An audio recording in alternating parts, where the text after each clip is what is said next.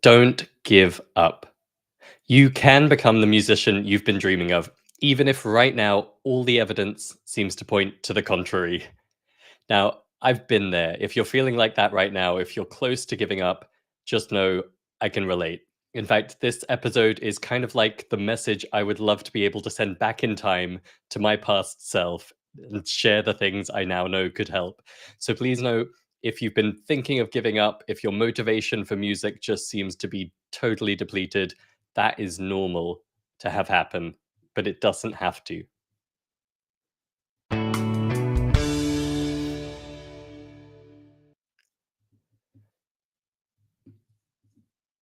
So I actually had a completely different episode planned for today.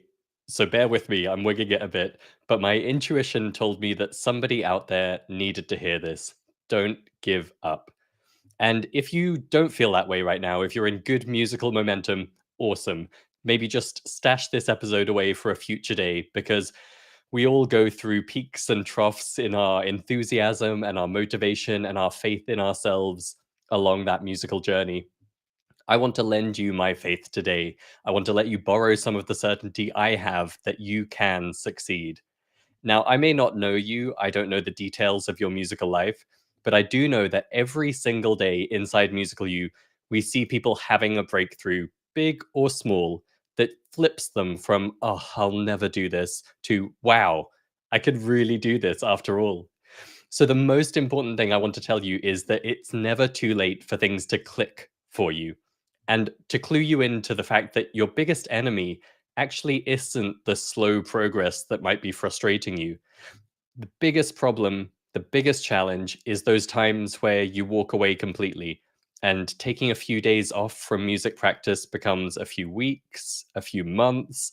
Suddenly, your instrument is gathering dust in the corner, sometimes for years or even decades. That is the biggest obstacle to your success. So, I wanted to offer you a few concrete suggestions.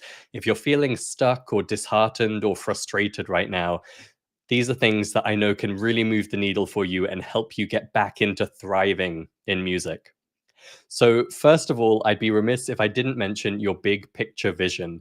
This is an exercise we encourage really firmly at Musical U because if you don't know where you're trying to get to, if you don't know what success looks like for you in music, if you've been working away but you don't really know where you're trying to get to or what you're trying to accomplish, you are really susceptible to that roller coaster of motivation where you get a bit of enthusiasm, you get into some good momentum, you get into a good practice routine, and then it just kind of peters out.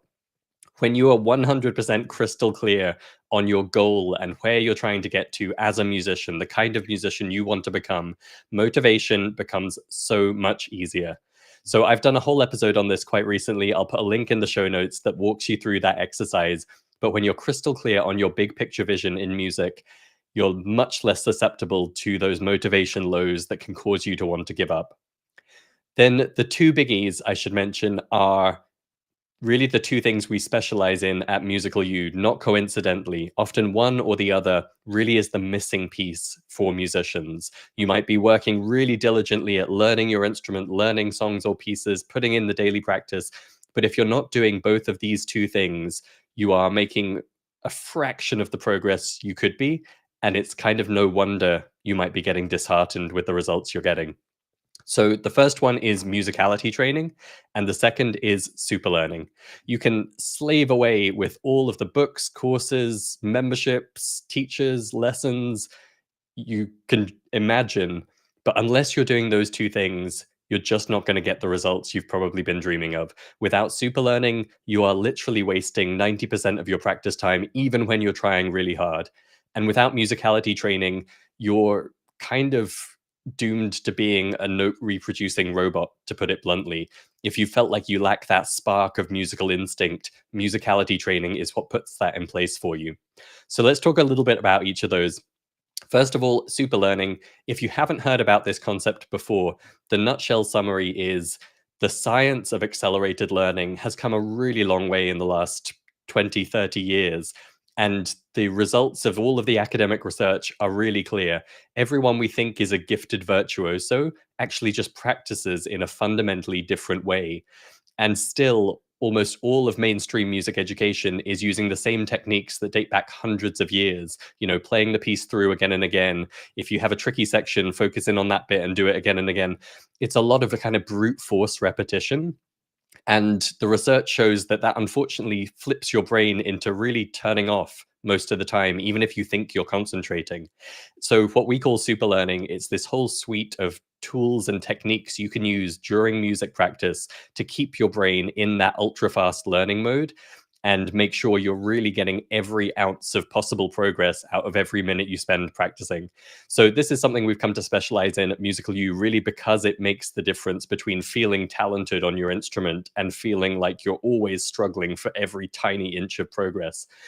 If you want to study it with us, I'll put links in the show notes. We've got a few great options, but otherwise, I just really encourage you to dive into this wherever you want to. So, other really notable people would be Greg Goodhart.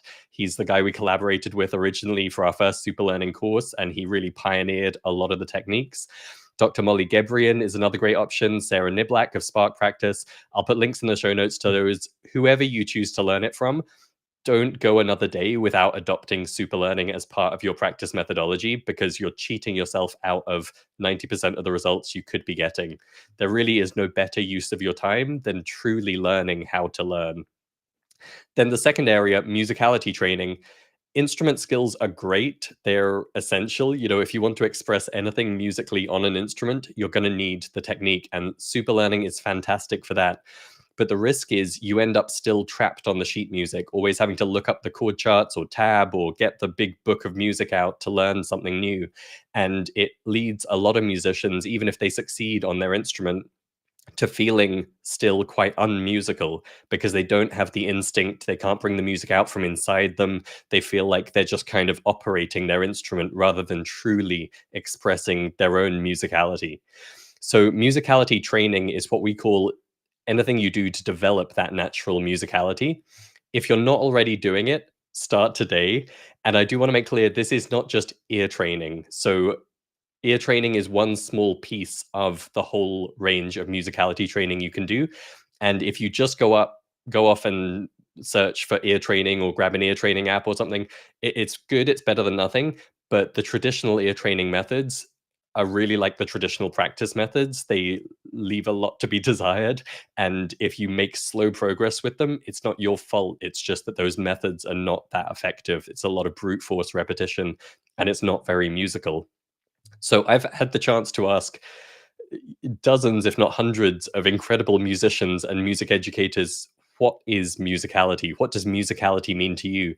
And the range of answers is incredible. I'll put a link in the show notes to some of the episodes we've done on that topic, because it is a really broad term and it's a very personal thing. What you becoming more musical might mean is really dependent on that big picture vision I mentioned and what you naturally are inclined to dream of in music. One way to describe it is in terms of all the things it enables. So, for example, playing by ear, improvising, jamming, having great rhythm, singing in tune, performing with confidence. All of those things people associate with having a gift or a talent in music, we would put under that umbrella of musicality.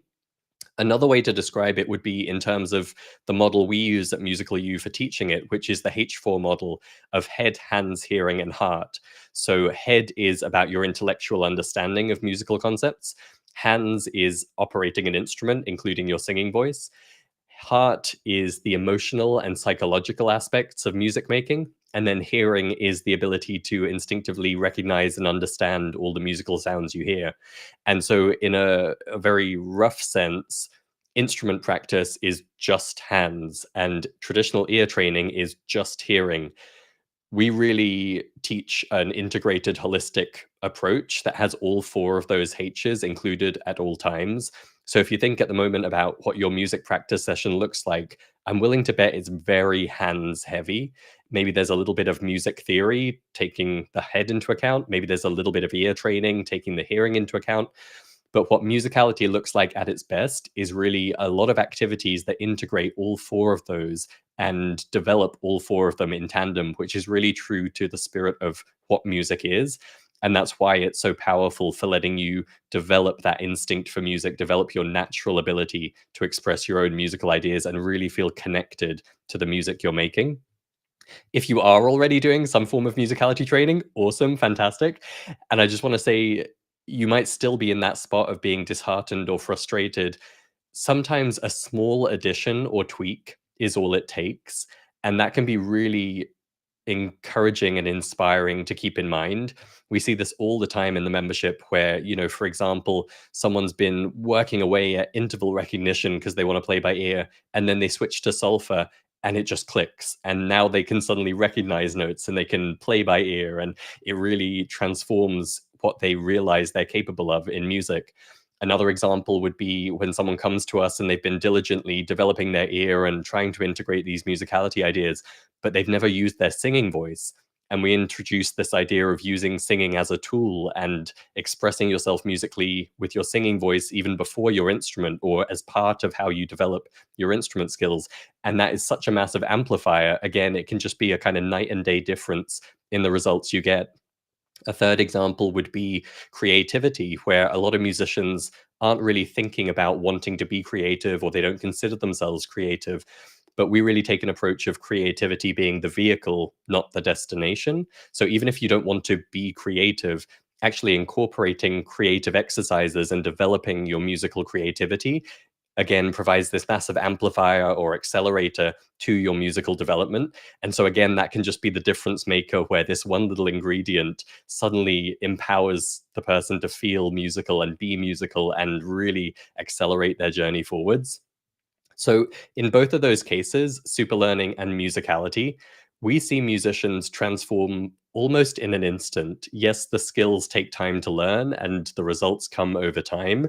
But again and again, we see these light bulb moments where there's kind of a fundamental belief shift that happens. And they go from, again, feeling like, oh, I'll never crack this. I'll never do it. I don't have what it takes. I'm not talented. I'm not gifted. I'm wasting my time. Why do I bother doing the practice every day? I'm never going to be like my musical heroes. And then this little thing shifts for them, this little extra ingredient, or they add in musicality where it wasn't there before, or add in super learning. And suddenly you can just see like their whole identity has changed as a result. And they have that belief now that they can achieve what they've been dreaming of in music. This is, nowhere clearer than in our next level program. I think some people come into it in great musical momentum, but many others are in that spot of feeling stuck and frustrated, maybe close to giving up, but they decide to give it one last big swing. And in that program, they just, they blast forwards. It's so exciting to see. And in other cases, they actually did give up. We've had so many people join Next Level that gave up music decades ago and are now kind of circling back and wishing they'd never stopped and wanting to make up for lost time by finally moving forwards as fast as possible. And when you put those two pieces in place, the musicality and the super learning, it's actually not hard to keep up motivation and enthusiasm. I know it might be hard to imagine right now if you're in that spot of feeling low, feeling like you want to give up. But when you know that every time you sit down to practice, you're going to see results and you're going to make progress and you're going to improve and you're going to feel naturally musical, it's not that hard to be motivated to show up for practice each day. And knowing deep down with certainty that you will achieve your musical dreams, it makes all the difference.